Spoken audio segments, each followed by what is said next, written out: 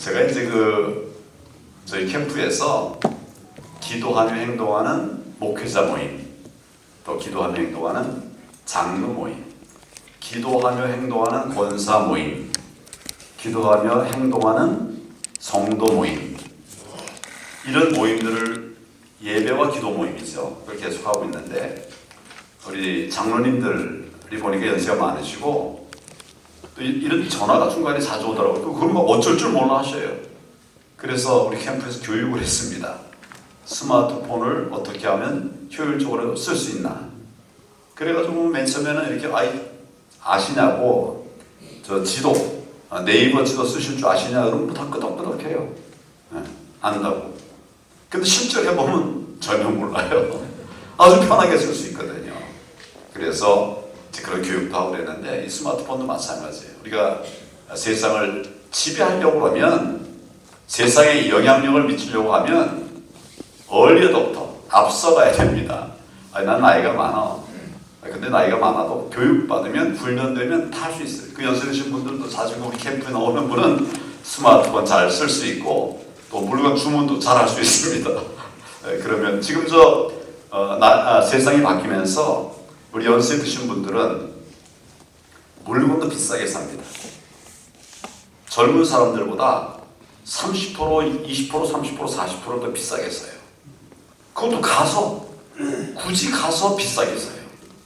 젊은이들은, 우리 장모님, 목사님들의 아들, 딸들은 집에 앉아서 30%, 20% DC된 그 가격이 삽니다. 그리고 우리 결국은 그냥 가서 고생하고, 비싸게 사니까 2배 고생하는 거예요. 이게 사실은 우리 기독교가 연세 들었어도 앞으로 나가서 개혁할 수 있는, 그래서 교회를 좀 바꿀 수 있는 그런 모멘텀이 되는 거예요. 우리가 이제 전도도 하지만 이렇게 해서 스마트폰 사용법을 가르쳐 주면서 전도하면 쉽게 됩니다. 야, 이거 한번 해봐. 같은 장로들끼리. 그래서 한번 해보면, 아이고, 따라가죠. 근데 우리는, 난 나이 들었어. 몰라. 이러면 안 됩니다. 제가 우리 캠프에 나오는 장로님들 중에 최고령자는 몇 살인가 하면 96세예요. 96세. 그분도 막 배우시더라고요. 이필 무슨 장로님입니다. 그래서 우리가 정말 이 세상을 바꾸려면 우리부터 바뀌어야 돼요. 우리 그리스도인들이 스마트한 그리스도인이 되어야 됩니다. 이게 너무 어렵다. 어렵지 않아요. 그냥 우리 손자들더러 손자한테, 할아버지한테 이거 좀 가르쳐달라. 주말에 시간 될 때. 그러면 내가 뭐 좀 용돈 좀 줄게. 그럼 애들 좋아하죠. 그래서 그거 한번 배우면 재미있고 또 교감하는 그런 기회가 됩니다. 자, 지금 안정에 대한 얘기를 하고 있었는데, 저는 이제 제가 2016년 12월 달에 대통령 권한 대행이 됐습니다. 대통령 권한 대행이 됐다는 건 이제 대통령께서 유고가 생겼다는 거죠.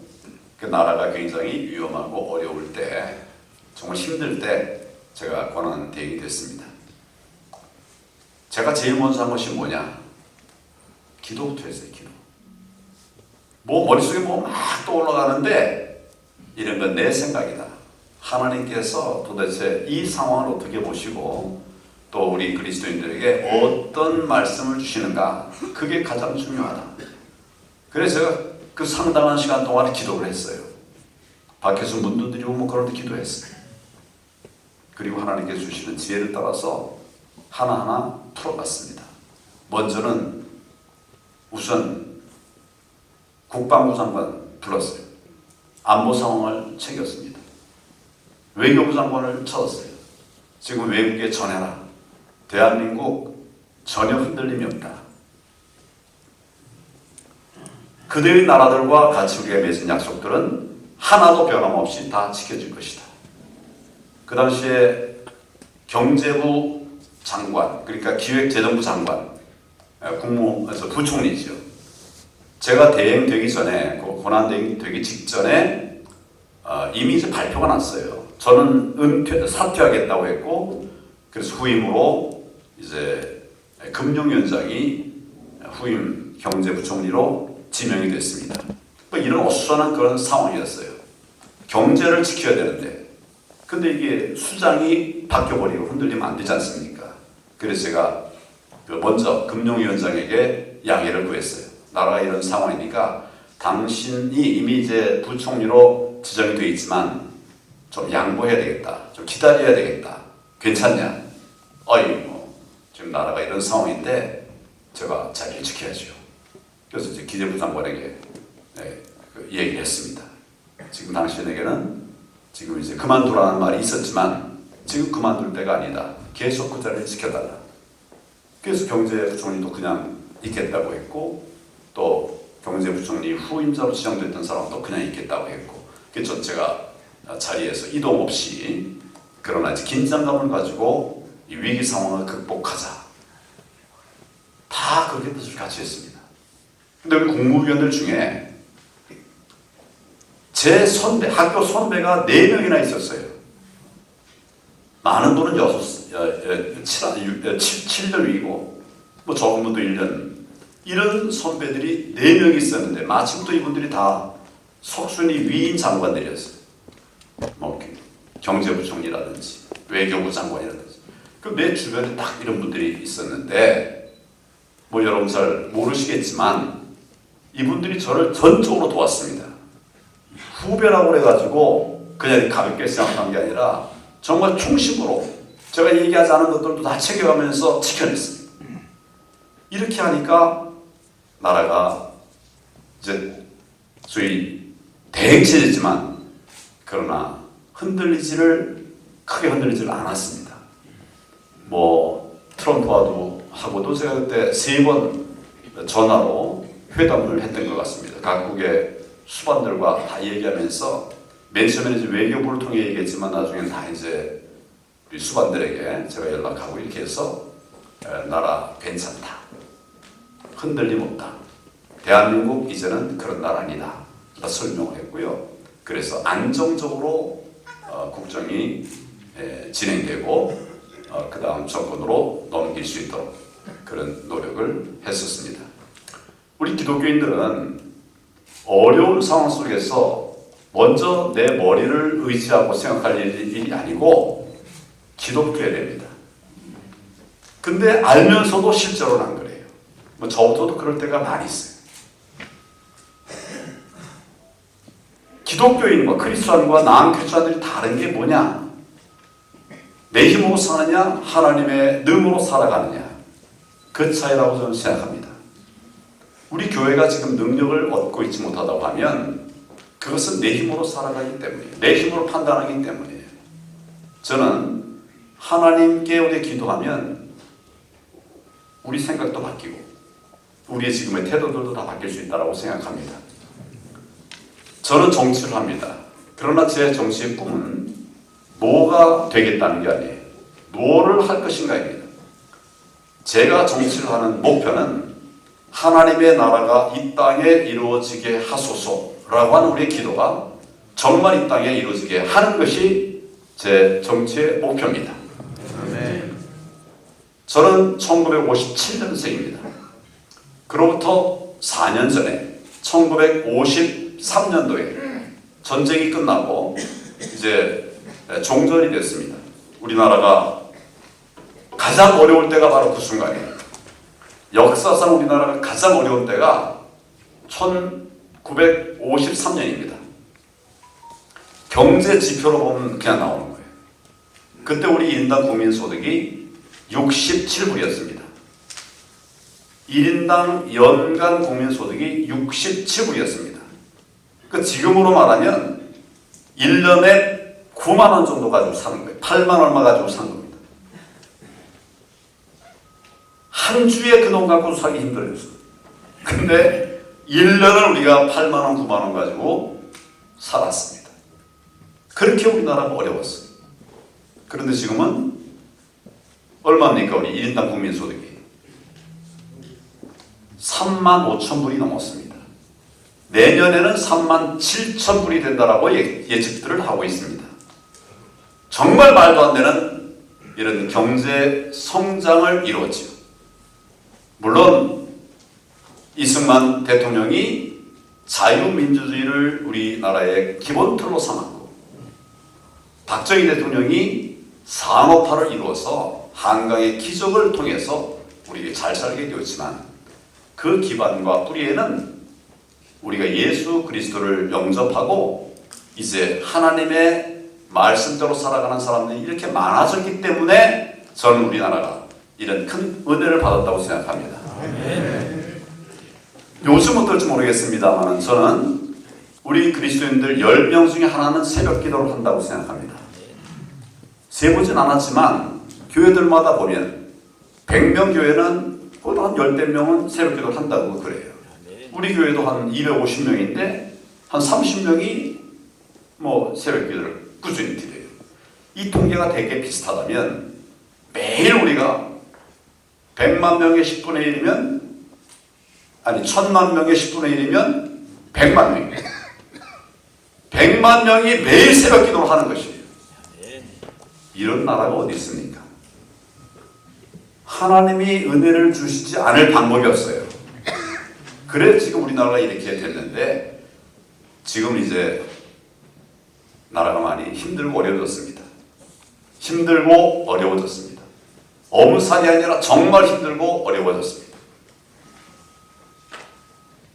정권 교체가 되면 여러 가지 다 풀릴 거라고 생각했지만, 저는 지난 총선 대선 전부터 정권 교체가 돼도 계속 어려울 것이다. 근데 방심하면 안 된다. 그런 얘기를 계속 했습니다. 제가 왜 그렇게 생각했는가? 새로 대통령이 되는 분의 역량 문제보다 더 중요한 것은 나라의 틀이 이미 다 무너져 버렸어요. 저는 지난 정권하에서 제가 정치적인 얘기를 하려고 그러는 게 아니라 과학적인 얘기를 하는 겁니다. 우리는 사회주의로 한 70%는 저는 갔다고 봤어요. 무슨 소득주도 성장, 이건 사실은 자유민주주의, 시장경제에는 없는 원리입니다. 저는 한 번도 들어본 일이 없어요. 제가 법학도이기 때문에 경제를 모른다라고 생각하는 사람이 있을지 모르겠지만은, 옛날에는 우리가 시험 볼 때, 고시 볼 때는 경제학 원론이 시험에 들어가 있었어요. 달달 그렇습니다. 우리가 공부했던 그 경제학 원론에는 소득 주도 성장이라는 말 자체가 없어요. 이것도 있고 저것도 있는데 그 중에 뭐가 좋으냐, 이게 아니라 말 자체가 없더라고요. 그걸 어디서 끄집어내가지고 정말 가난한 어떤 나라에 중남미라고도 하는데 거기 어떤 이론 하나 갖다 놓고서 검증도 되지 않은 이런 것을 이제 막 하는 거예요. 나라가 어려워질 수밖에 없죠. 나라가 무너지는 데는 우리가 상상할 수 없는 속도, 정말 상상할 수 없는 단기간 내에 나라가 무너져 버렸습니다. 우리의 경제도 무너져 버렸고요. 안보도 다 무너졌어요. 제가 군인들을 만날 때마다 질타를 많이 했습니다. 질타라고 하면 좀 그렇습니다만은, 어떻게 군인이 그러냐? 자유민주주의를 지키겠다는 의지가 어떻게 그거밖에 안 되느냐? 잘못된 지시에 대해서는 저항할 줄도 알아야 되는 거 아니냐? 군인은 참 어렵지요, 그렇게 하기가. 그렇지만 자유민주주의가 무너져갈 때 제일 먼저 나왔어야 될 사람 중에 하나가 군인인데, 이렇게 군인이 무기력하냐? 그랬는데 제가 결국 내린 답은 군인은 답이 아니에요. 우리나라를 지킬 세력은 뭐니 해도 그리스도인들밖에 없습니다. 그리스도인밖에 없습니다. 군인도 시류를 따라다녀요. 시류를 따라다녀요. 교수들도 다 시류를 따라다닙니다. 여기 왔다 저기 왔다 해요. 그런데 변함없이 계속 훈련되고 교육받는 사람들이 있습니다. 바로 교인들이에요. 매주 모여서 예배하지 않습니까? 거기서 말씀을 토대로 한 강론이 주어지고, 또 성경 공부하고, 서로 교제하면서 의견을 나누고, 이게 바로 근대 교육의 모판이거든요. 우리 교회가 그런 교회였던 것이에요. 그러니까 세상이 범접할 수 없는 그런 역량이 있는 것이 바로 교회입니다. 세상이 무너질 때 이 무너져가는 세상을 붙들어 낼 수 있는 힘과 역량이 교회밖에 없어요. 그런데 교회가 그런 역할을 하려고 하면 기도해야 되는 겁니다. 우리 힘으로 하면 되는 것이 아니에요. 하나님께서 함께 하셔야 되는 것입니다. 근데 우리가 교회가 커지고 교회가 마음대로 세상 뭐 이렇게 하면 정치도 지배할 수 있다고 생각하면서 우리가 교만해졌어요. 우리는 누구에게 주장을 하고 이렇게 하라 저렇게 하라 명령하는 것보다는 섬기고 봉사함으로써 그들에게 그리스도의 정말 복음을 그렇게 잔잔하게 전해서 사람을 바꿔서 대한민국을 이렇게 세우는 이런 것이 우리의 전략이 돼야 되지. 우리 교회는 교인이 10,000명이야.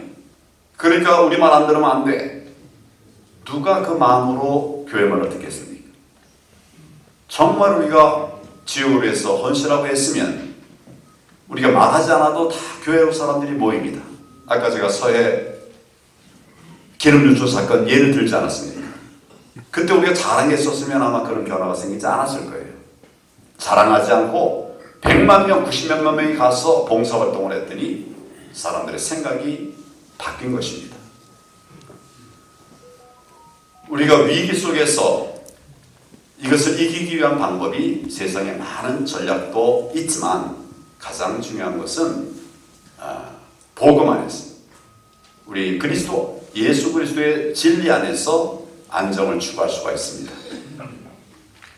그건 세상의 얘기야. 아닙니다. 교회가 바로 세상입니다. 세상이 하나님의 바로 영역입니다.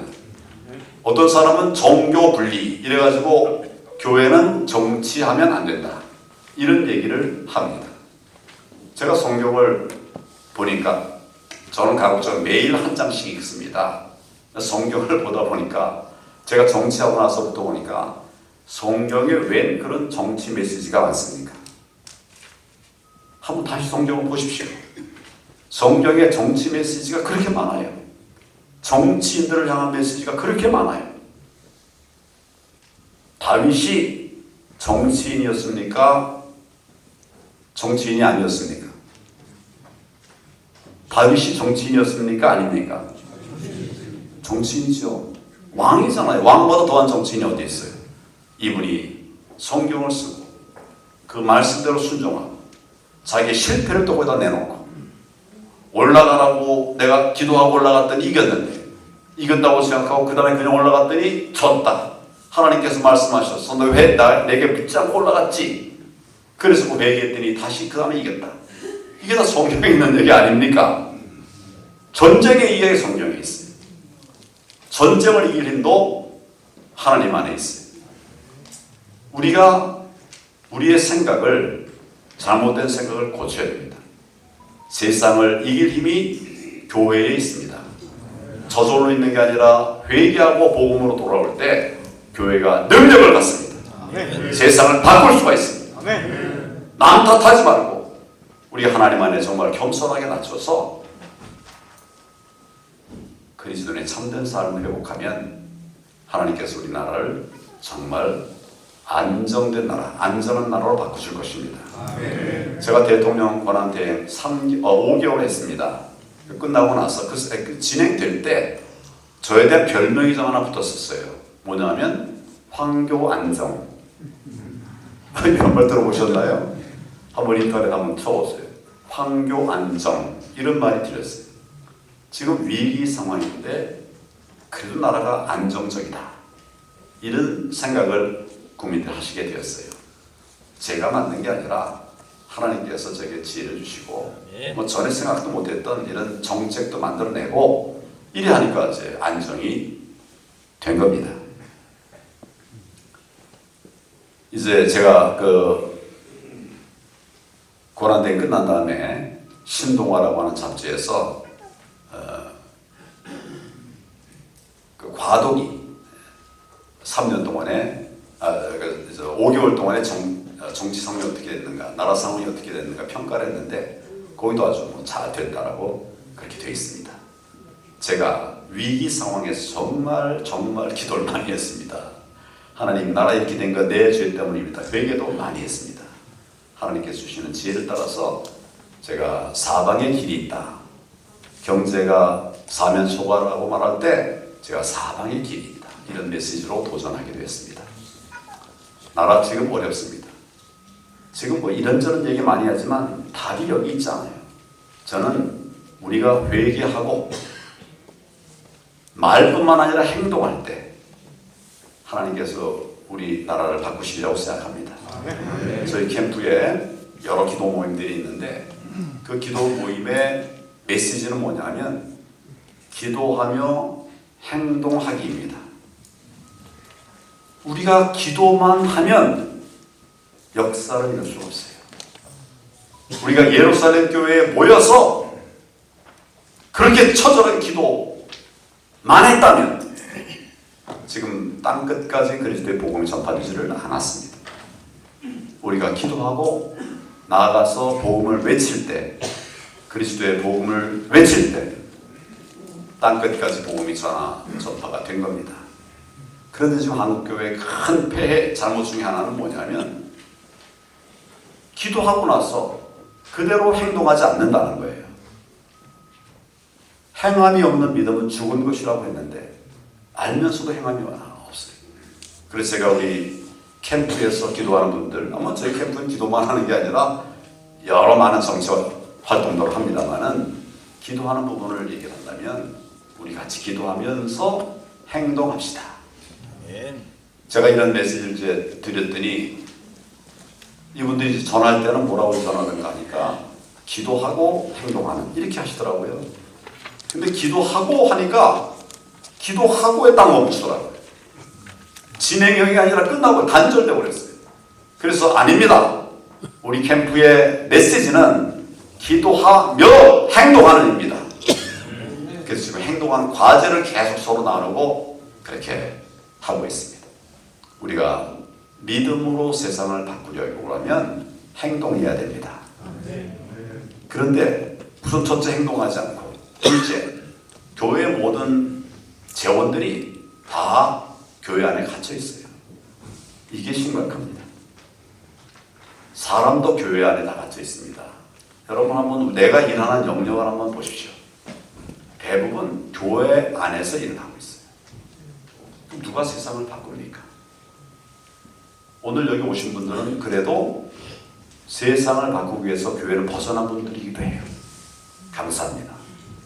그런데 우리가 예루살렘을 넘어서 온유대와 사마리아와 땅끝까지 이르러 그리스도의 증인이 되지 않으면 땅끝까지 복음이 전파가 될 수가 없습니다. 저는 그래서 계속 우리 그리스도인들이 교회의 담을 넘자 이런 메시지를 계속 내고 있습니다. 교회 담을 넘어서 교회 안에서 훈련받은 뒤에 교회 담을 넘어서 세상에 복음을 전하고 또 우리가 복음에 입각한 삶을 전하고 나눌 때 교회가 영향력이 생기는 것입니다. 예수님께서는 마태복음 5장에 너희는 세상의 빛이다. 너희는 세상의 소금이다. 그랬는데 한번 보십시오. 많은 그리스도인들이 교회 안에서는 빛된 삶을 살아요. 교회 안에서는 희생하는 소금의 삶을 삽니다. 근데 교회 문을 떠나면 아니에요. 예배 드리고 나서 밖에 나가 이제